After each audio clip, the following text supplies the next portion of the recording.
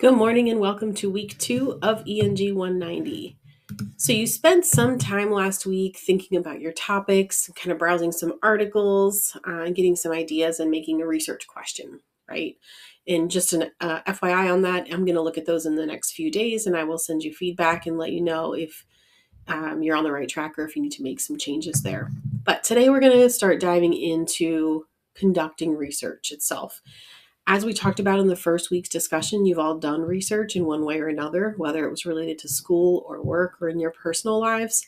And so we're really going to be talking about how we look at making sure sources are credible and the places that we can go to look for really good, solid resources.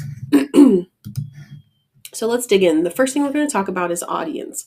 You probably remember from ENG-130 or whatever comp courses you took before this one that writing for a specific audience and knowing your audience is really important, right? So when you're thinking about your topic here, it's really important for you to think about who your audience is going to be for this topic. You can write to any audience that's relevant, but you want to make sure that the audience is interested in the topic, that there's some buy-in there, that they're going to care about it. And you also want it to be, if possible, an audience that you know something about. So, for example, if you want to write about whether AI should be banned in, let's say, colleges, and you only know, enough about college from being a student for a couple of semesters, you're probably not going to choose an audience of like college presidents, right? Because it's not something you maybe know a whole lot about. It's not a group you might be able to speak to in an educated way. But if you were going to write about a topic of banning AI in colleges, an audience you might know something about would be a student audience, prospective students, current students, maybe even parents or families or something like that. And so think about that when you're thinking about your topic. What is an audience that's relevant and interested in this topic, but that you feel like you can speak to based on your level of knowledge and experience? The other things you want to think about are who are the other readers, sort of the indirect audience that might also be reading this kind of a project. And if, again, you think back to English 130, if you took that, we talked about two separate audiences, right? So if you are writing for that audience of, let's say, college students, maybe their parents might also be reading, or family members, or college instructors. And so those are kind of outlying audiences that, while you don't need to speak directly to them, you need to keep in the back of your mind that they might also be reading. And so you want to make sure you kind of keep that in mind when you're building your arguments. So let's talk about source credibility. This is really important. All of the research you've done personally, professionally, and in school, one of the things you've probably thought about is whether you can trust the information and where it's coming from. This is really, really important, especially, not only are there a million sources out on the internet that could come from anywhere, but with AI becoming so popular, sometimes AI tools make up sources, so they might not even be real. And so it's even harder now than it used to be to make sure that sources are credible and that we're getting good information. And so this is really important. This is probably one of the skills that is the most important that you can take away from this class and then use in your personal and professional lives forever. So really pay attention to this one. So here's some starting points for you. If you're worried about most of you, the hard part is going to be not finding enough information, but finding the right information and information you can trust, and wading through probably too much information about your topics. And so here are some places you can start where you know the information is going to be credible, and that you can also get help with it if you need to. So first place is obviously going to be this new library. If you look at this Padlet from the link that will be in the announcement, you'll be able to click on this image here and go directly to the library's website, where there is a tutorial that shows you how to walk through using their databases and things like that. So if you're new to using an online library like that, please check that out first. Another place you can go is your local library. I don't know how many of you visit your local community library, but they would love to see you. Those librarians would be very excited to help you, and they've got plenty of resources, research databases, books, things like that there that they could help you find.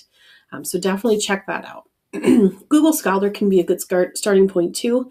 Simply go to scholar.google.com and you can start a search there. Most of those sources are coming from academic journals and things like that, similar to what you're getting from a library.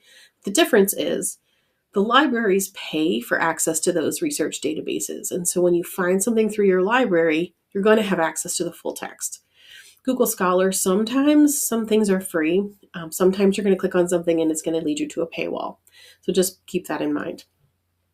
And then AI tools. So I'm not opposed to you using AI to help you in this class, but just please be careful when using AI to conduct research, because it is, especially if you're out there using free tools like ChatGPT's free version or Gemini, they can, what they call, hallucinate. They can make up sources, they can make up authors. And so whatever sources they give you, you need to actually go to those places, find those sources, and make sure they're legitimate before you write them down as part of your project. Okay, so be really careful about that. So here are some things to look for when you're looking at your sources. Do they include diverse viewpoints? So you may not find that every source is going to cover every perspective on a topic. That's not really what we're looking for, but we are looking for a source that at least showcases a little bit of diversity in opinion or a well-rounded kind of view of a topic. If it's very one-sided and it basically says everything else is wrong and this is correct, then you have to wonder whether there's some bias there, right? And bias means they've got a hidden agenda. They want to convince you because they want you to buy something is usually kind of where we're going. So a good example of this would be pharmaceutical companies often fund research studies. And so you might find a study and it might seem really good and legit. And it is in some ways, right? It is actually a study done by doctors, let's say, or medical researchers looking at, let's say, the effectiveness of a drug. And it sounds good and it seems pretty legit. But if that study was funded by a drug company, there's obviously an underlying agenda there. That drug company is not going to publish the results of a study that makes their drug look bad, right? And so you have to really dig in and think about whether there's bias and whether they're including diverse viewpoints, meaning what about the negative stuff? What about the side effects? What about things that maybe went wrong in the study? Are they thinking about and kind of covering all of that stuff? Or are they only saying everything about this is great? This is the answer, right? So think about those things. Timeliness is really important, especially when you're looking at things like science research or medical research. You want to make sure that the information is current. You need the most current opinions in order to really make a solid case. If you make an argument and your sources to back it up are 20 years old, you're not going to sound very credible as the author of your project. And then finally, look at the author's credentials. So obviously you want somebody who has expertise in the field, who has an education in the field, who has maybe done some research or done these kinds of things before.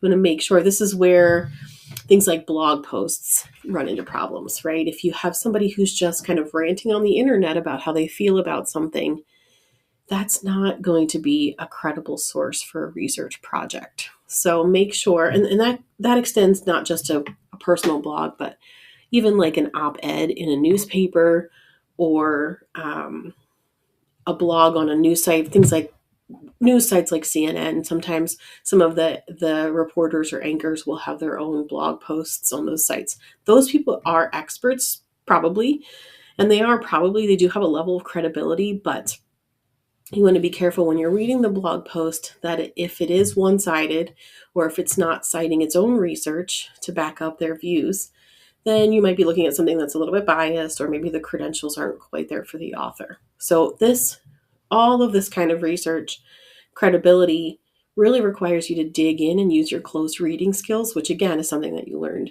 back in ENG-130. All right, let's take a minute and talk about opposing viewpoints.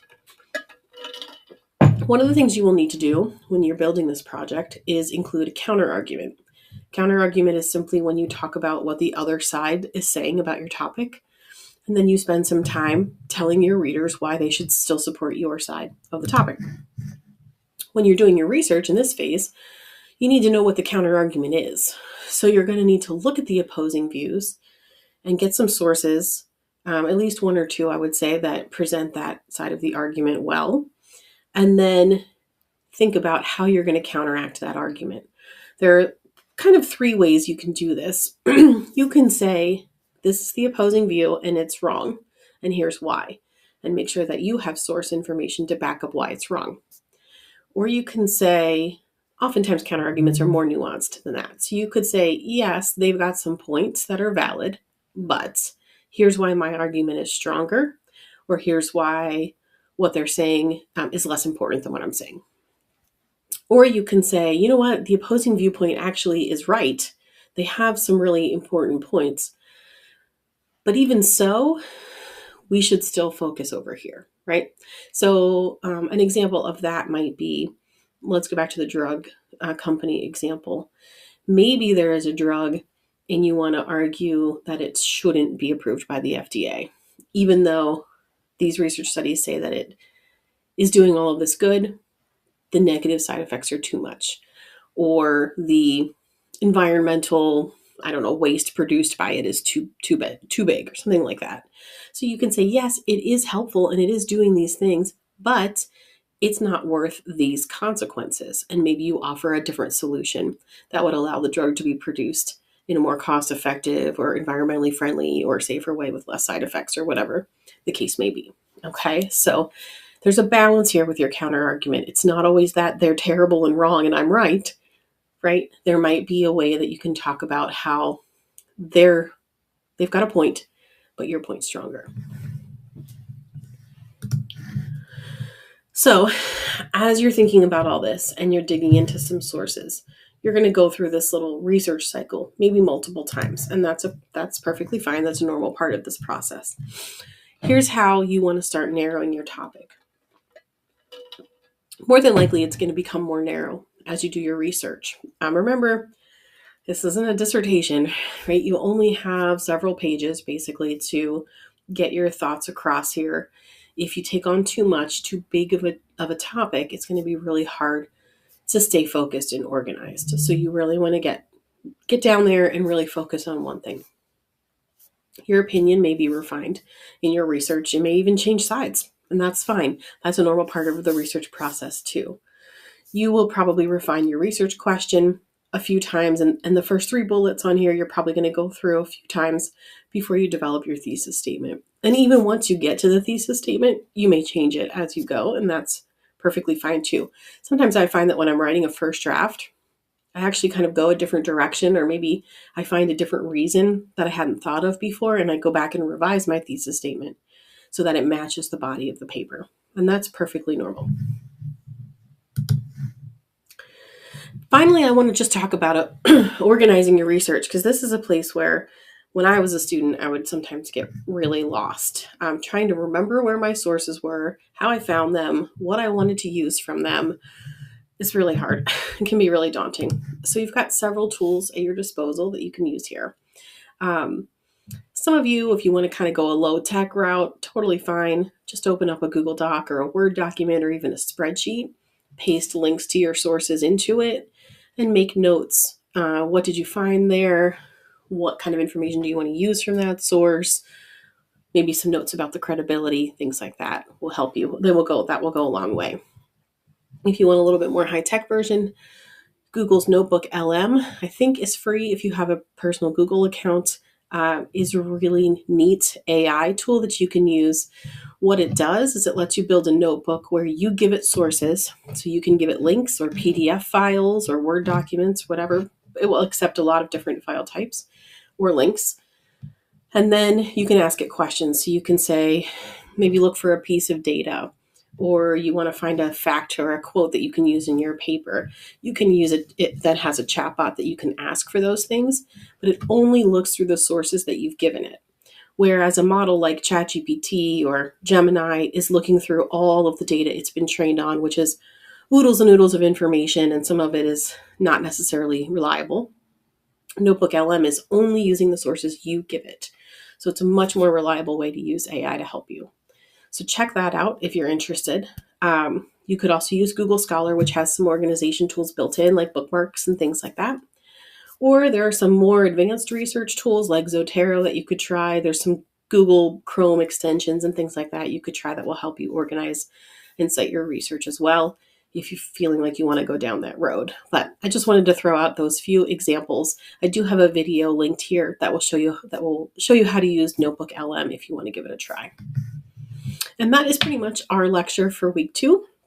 If you have any questions, or if you want me to take a second look at a source for you that you're not sure about as you work this week, feel free to send me an email. I'd be happy to look at it and let you know what I think. I'm looking forward to seeing what you come up with, and you can look for feedback on your research questions in the next few days. Have a great week, everyone.